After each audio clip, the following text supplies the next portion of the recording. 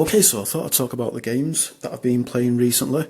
There's quite a few here. Let's see, 1, 2, 3, 4, 5, 6 games. So, first off is Disney's Frozen Olaf's Quest on the Nintendo DS.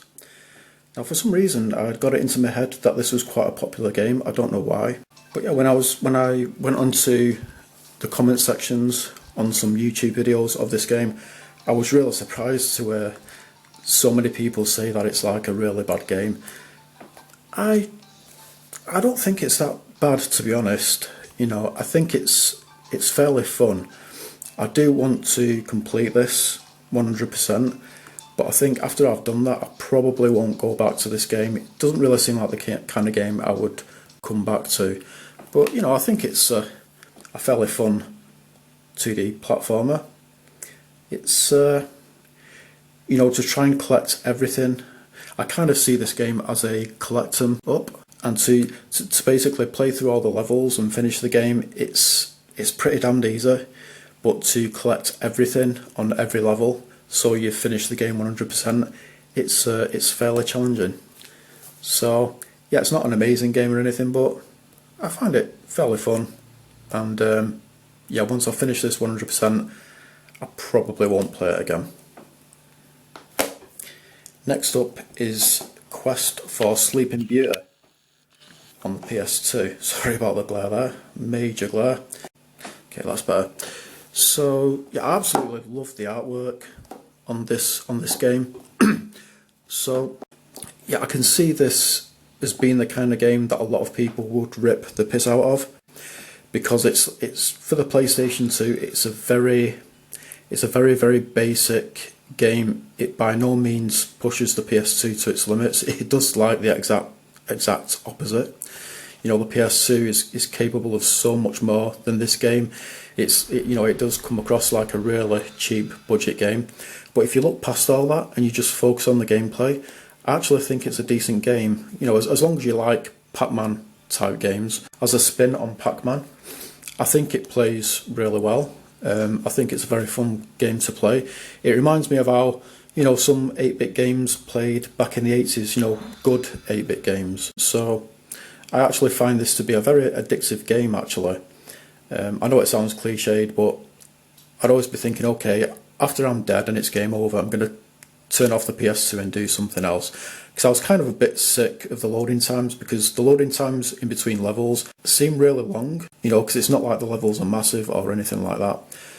But I'd always end up thinking after it's game over that I want just one more go. You know, so every time it was game over, I'd have just one more go, and I ended up sat there playing this for maybe an hour or an hour and a half. I think it's a pretty fun game. Next up is Ford Racing 2. It's a pretty good game. I don't think it's as good as Ford Racing 3. You know, there's challenges in the game, there's different types of races. There's not really much more to say, to be honest.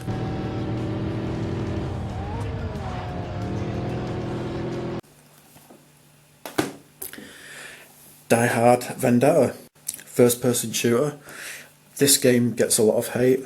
I actually like it. I mean, the game feels very unpolished, it feels very clunky, you know, for a PS2 game.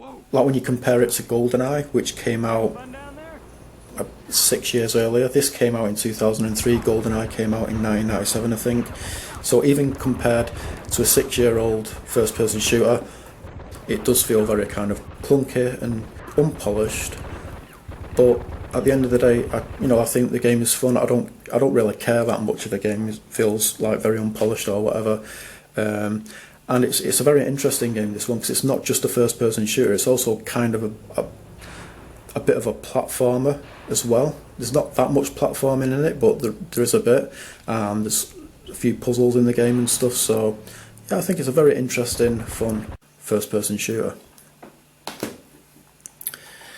Here we have Raymond Rush on the PlayStation 1. I don't have the original case or manual for this. Now, when I first started playing this, I thought, nah, this game, it just isn't for me at all. You know, I'm sure I'm just going to end up putting this on eBay and selling it. But then I played it a couple more times and I ended up really liking the game. The game just really grew on me. It's a very interesting racing game. You don't race in cars or karts. You basically race on foot. It's kind of like an assault course. You can like climb up things, and there's all these different kind of things to the game. The person who you're racing against, you can shoot them to make them freeze so you can overtake them. They can do the same to you. It's just a very interesting, unique racing game. I think actually this game is quite a popular one. I think a lot of people do like this one. And then lastly we have Bubsy on the Atari Jaguar. So yet another game that's unpopular. It's a 2D platformer. Now I like it, but the very strange thing about this game is that sometimes when I'm playing it I'll experience what most other people complain about, and other times when I'm playing it I won't do. So for example, I can be playing the game and I'm like dying every 30 seconds, and that's one of the main things that people complain about, and I'll be experiencing really bad collision detection a lot of the time as well, which is another complaint. But then there's other times when I'm playing the game and I could be playing the game for like over an hour and I'll have only experienced bad collision detection only once, and I won't be dying every 30 seconds. You know, I'll be lasting for quite a long time. I'll get quite far through the game. I'll be doing, you know, fairly well. I think on the times where I'm dying every 30 seconds, I think I'm not being as careful as I'm playing the game. Like I'm kind of rushing things too much, you know, the game, not taking things as slowly, maybe. But with the bad collision detection thing, I've really got no idea why. Sometimes I can play it and it's just happening all the time, and then there's other times I'm playing it, you know, I could be playing it for over an hour and it only happens once. So yeah, quite a strange one. So yeah, these are all the games that I've been playing recently, and yeah, a lot of these games are pretty damned unpopular. You know, people hate Bubsy, they hate Die Hard Vendetta. I don't know what people's opinions are of Quest for the Sleeping Beauty, but I can see a lot of people hating on this game as well. A lot of people also hate Olaf's Quest. So we're just left with Raymond Rush on Ford Racing 2. I'm not really sure what people think of Ford Racing 2, but Raymond Rush, PS1, it seems like a lot of people actually like this game. But yeah, that is pretty much it. Thanks for watching.